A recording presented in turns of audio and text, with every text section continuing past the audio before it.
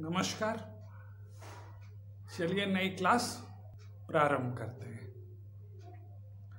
आज की class BA second year का second paper money banking and public finance है और आज का जो टॉपिक है वो है नगद शेष दृष्टिकोण।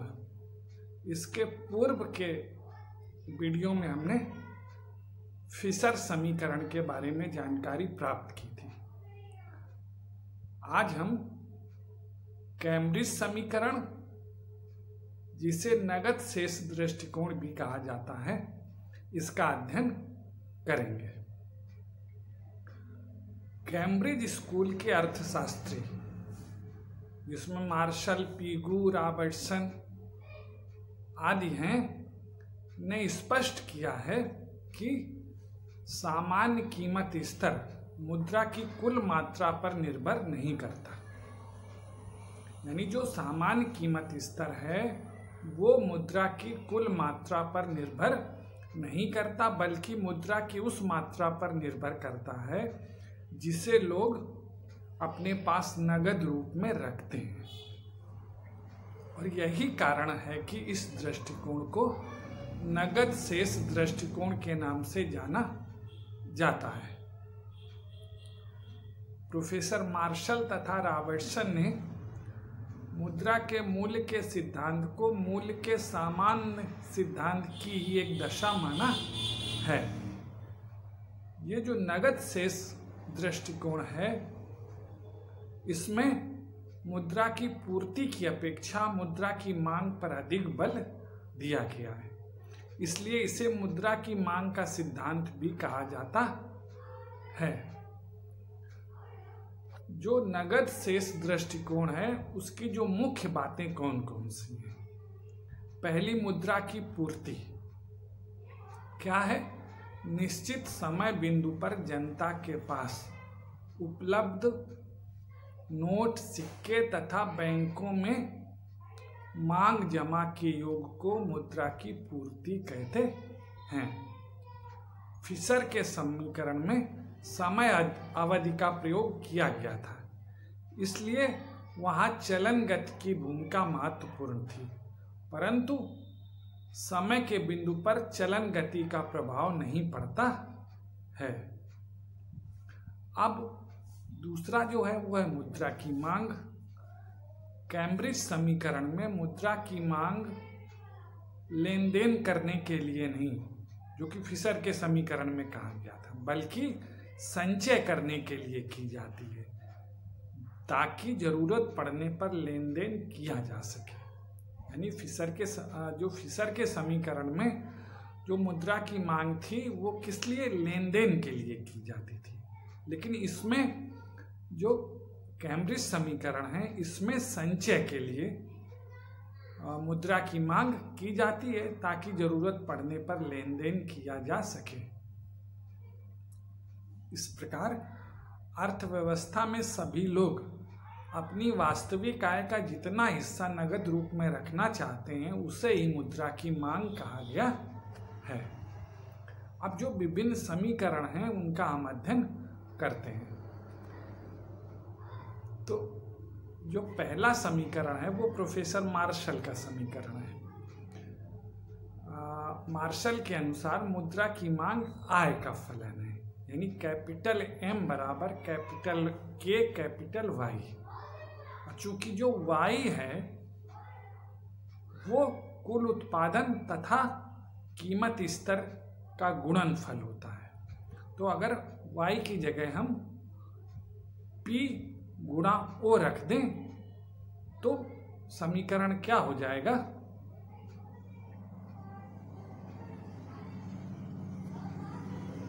M बराबर K गुणा P गुणा O, P बराबर M बटे KO। M क्या है? मुद्रा की मांग। K क्या है? व्यवहारिक स्थिरांक, यानी आय का वह भाग जो नगद रूप में रखा जा सकता है। ये कुछ भी हो सकता है, 1/2, 1/5, 1/10 या 1/20। तो ये तो हुआ प्रोफेसर मार्शल का समीकरण। अब पीगू का समीकरण क्या है?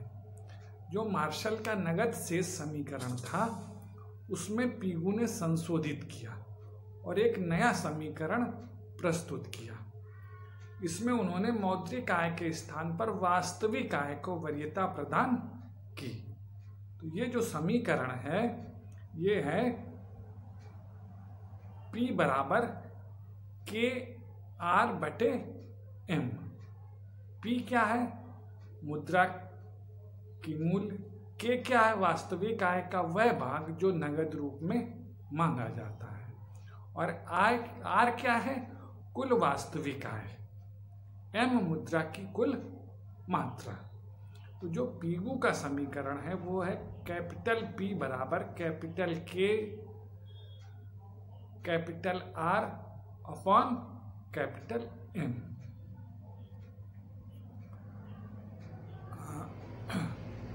चूंकि लोग अपनी आय का नगद अंश केवल विधिग्राह्य मुद्रा या करेंसी के रूप में ही नहीं जमा करते बल्कि बैंक जमा के रूप में भी संग्रह करते हैं, इसलिए पीगू ने अपने समीकरण में थोड़ा संशोधन किया। क्या संशोधन किया? मुद्रा की एक इकाई का मूल्य P बराबर KR/M और फिर ब्रैकेट के अंदर C प्लस H ब्रैकेट में 1 - C ब्रैकेट बंद और मझला जो बड़ा ब्रैकेट है वो भी बंद। तो इस तरह से जो संशोधित समीकरण है पीगू का वो है P बराबर KR/M बड़े ब्रैकेट के अंदर C प्लस H छोटे ब्रैकेट के अंदर 1 - C और बड़ा ब्रैकेट बंद छोटा ब्रैकेट बंद। दूसरा जो समीकरण दिया उन्होंने, वस्तु की इकाई का मूल्य M बराबर KR/P और ठीक उसी तरह से बड़े ब्रैकेट के अंदर C प्लस H छोटे ब्रैकेट के अंदर 1 - C ब्रैकेट बंद और बड़ा ब्रैकेट बंद। यहाँ पर क्या है? C है जनता के पास कैश या नकदी और 1 - C बैंक के पास जमा। जो लोग बैंक में जमा के रूप में रखते हैं वो 1 - C है और जो H ब्रैकेट में 1 - C है वो है बैंक जमा का वह भाग जो बैंक अपने पास नगद रखते हैं, जिसे नगद आरक्षित अनुपात भी कहा जाता है। H क्या है? जिसे बैंक अपने पास नगद रूप में रखते हैं वो H है। इसे कैश रिजर्व रेशियो भी कहा जाता है। अब हम रॉबर्टसन का समीकरण देखते हैं। कैम्ब्रिज समीकरणों में से जो रॉबर्टसन का समीकरण है उसको सबसे अच्छा माना जाता है, उसे सर्वश्रेष्ठ माना जाता है। रॉबर्टसन ने जो समीकरण दिया है वो है M बराबर capital P into capital K into capital T। यहाँ पर M बराबर मुद्रा की मात्रा, P बराबर सामान्य मूल्य स्तर और K बराबर मुद्रा की वह मात्रा जो निश्चित समय में T के एक अंश के लिए मांगी जाती है। और T क्या है? T एक निश्चित समय पर वस्तुओं तथा सेवाओं का कुल व्यापार। ये रॉबर्टसन का समीकरण है M बराबर PKT। अब इसमें थोड़ा सा और परिवर्तन करें, आता है P बराबर M/KT या 1/KT इंटू M। आता है K और T अगर स्थिर रहें, अगर कैपिटल K और कैपिटल T स्थिर रहें तो P और M में P तथा M में आनुपातिक संबंध पाया जाएगा। और रॉबर्टसन ने आनुपातिकता के नियम में अपना विश्वास प्रदर्शित किया है। यानी जो उनका समीकरण P बराबर m/kT है, इसमें अगर K और T को स्थिर माना जाए तो P तथा M में आनुपातिक संबंध पाया जाएगा। तो ये तो हुआ रॉबर्टसन का समीकरण। अब कीन्स का समीकरण, कीन्स की जो किताब है अ ट्रैक्ट ऑन मॉनेटरी रिफॉर्म्स, उसमें उन्होंने अपने समीकरण दिए हैं। तो कीन्स के अनुसार कि लोग केवल उपभोक्ता वस्तुओं को खरीदने के लिए मुद्रा रखते हैं। स्मॉल n बराबर कैपिटल P ब्रैकेट में K plus small r capital K dash bracket बंद। यहाँ पर n क्या है? n है समाज में चलन में विद्यमान विधिग्राह्य मुद्रा। P क्या है? उपभोग इकाई की वस्तु का मूल्य। K क्या है? उपभोग की उन इकाइयों की मात्रा जिन्हें लोग अपने पास नगद रूप में संचित करते हैं। और R क्या है? बैंकों के पास नगद धन। K डैश क्या है? वस्तुओं व सेवाओं की वह मात्रा जिसे पाने के लिए लोग धन को नगद जमा के रूप में रखते हैं। तो अगर मुद्रा की एक इकाई का मूल्य माना जाए तो P बराबर n/K plus small r K dash, ये प्रोफेसर कीन्स का समीकरण है। मुद्रा की एक इकाई के मूल्य में P बराबर n/K plus small r K dash. तो इस तरह से हमने सबसे पहले मार्शल का समीकरण, पीगू का समीकरण, रॉबर्टसन का समीकरण और कीन्स के समीकरण के बारे में जानकारी प्राप्त की। अब हम जो कैम्ब्रिज समीकरण है उनकी क्या आलोचनाएं हैं, इसके बारे में जानकारी प्राप्त करेंगे। पहली आलोचना है, यह सिद्धांत प्रावैगिक संसार की जटिल आर्थिक समस्याओं की व्याख्या करने में असमर्थ है। यानी जो प्रावैगिक संसार है उसकी जो जटिल आर्थिक समस्याएं हैं उनका ये सिद्धांत व्याख्या नहीं कर पाता है। दूसरा है, सट्टा उद्देश्य के लिए मांगी जाने वाली मुद्रा की उपेक्षा करता है, इसलिए ये अपूर्ण सिद्धांत है। यानी सट्टा उद्देश्य के लिए, यानी ब्याज का फायदा उठाने के लिए जो मुद्रा की मांग की जाती है उसे सट्टा उद्देश्य के लिए मांगी जाने वाली मुद्रा कहा जाता है। तीसरा है, अन्य समीकरणों की भांति इसमें भी K तथा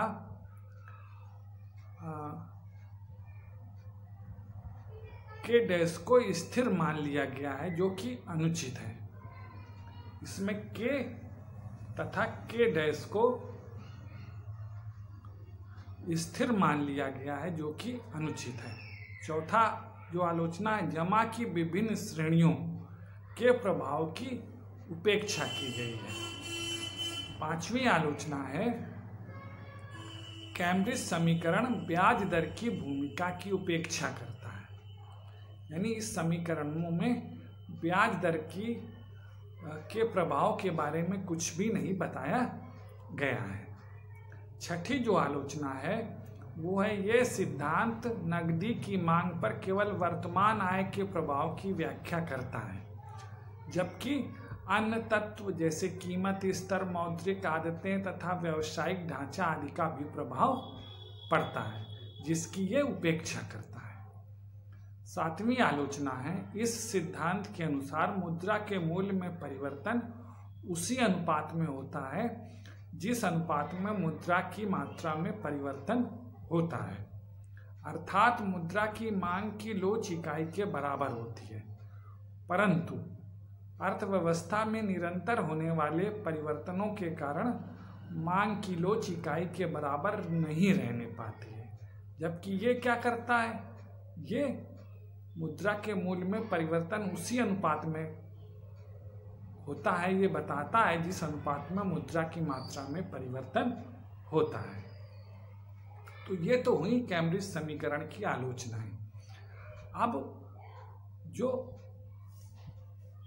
कैम्ब्रिज और फिशर समीकरण हैं, इनके बीच तुलनात्मक विश्लेषण करके हम देखते हैं।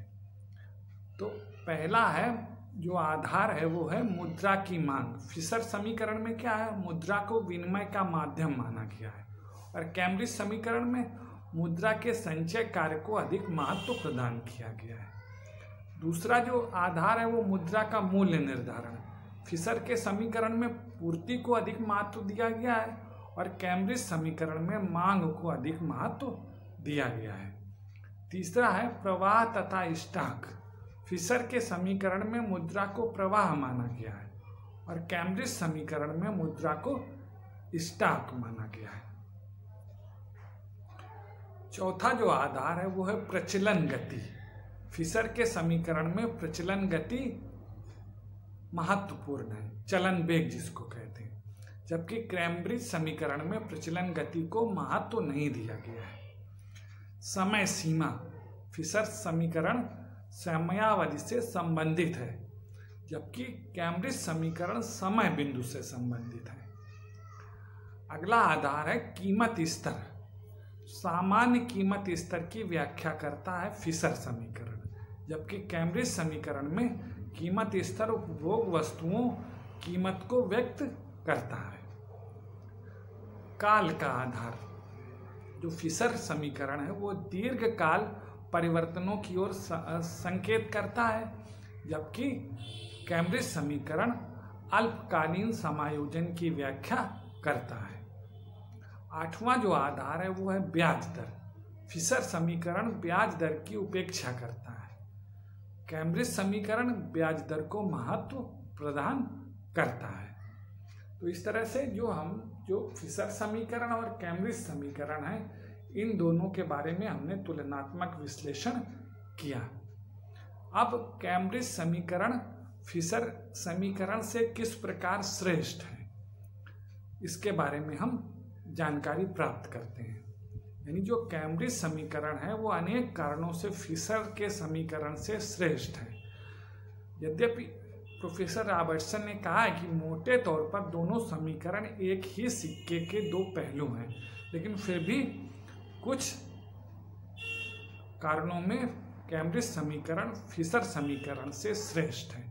पहला है कैम्ब्रिज समीकरण नगद शेष यानी के पर विशेष बल देता है और इसको प्रभावित करने वाले मानवीय कारकों जैसे प्रेरणाएं, अनिश्चितताएं आदि के प्रभाव को सम्मिलित करके इसकी व्याख्या व्यापक कर देता है। दूसरा क्या है, इसमें कुल व्यापारिक लेन देन के स्थान पर आय के स्तर को सम्मिलित किया गया है, जो कि आधुनिक आर्थिक सिद्धांत में अधिक उपयोगी सिद्ध हुआ है। यानी ये जो कैम्ब्रिज समीकरण है इसमें कुल व्यापारिक लेन देन के स्थान पर आय के स्तर को सम्मिलित किया गया है, जिस कारण से ये आर्थिक सिद्धांत में अधिक उपयोगी हो गया है फिशर सिद्धांत की अपेक्षा या फिशर समीकरण की अपेक्षा। तीसरा है कुरिहारा के अनुसार कैम्ब्रिज समीकरणों के चरों को ज्ञात करना फिशर के समीकरण के चरों से अधिक सरल है। कुरिहारा ये कहते हैं कि जो कैम्ब्रिज समीकरण के चर हैं, वेरिएबल्स हैं, उनको ज्ञात करना फिशर के समीकरणों की अपेक्षा अधिक सरल है। चौथा है फिशर का समीकरण मूल्य निर्धारण में केवल मुद्रा की पूर्ति के महत्व को स्वीकार करता है।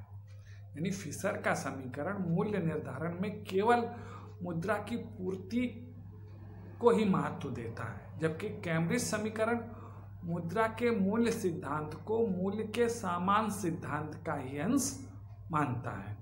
तो इन चार बातों से जो कैम्ब्रिज समीकरण है वो फिशर समीकरण की अपेक्षा अधिक श्रेष्ठ है। तो इस तरह से आज हमने कैम्ब्रिज समीकरण मार्शल का समीकरण, प्रोफेसर पिगू का समीकरण, रॉबर्टसन का समीकरण, प्रोफेसर कीन्स का समीकरण, कैम्ब्रिज समीकरण की आलोचनाएं और कैम्ब्रिज समीकरण व फिशर समीकरण का तुलनात्मक विश्लेषण, और इसके बाद कैम्ब्रिज समीकरण किन कारणों से फिशर के समीकरण से श्रेष्ठ है, ये भी हमने आज जाना। धन्यवाद।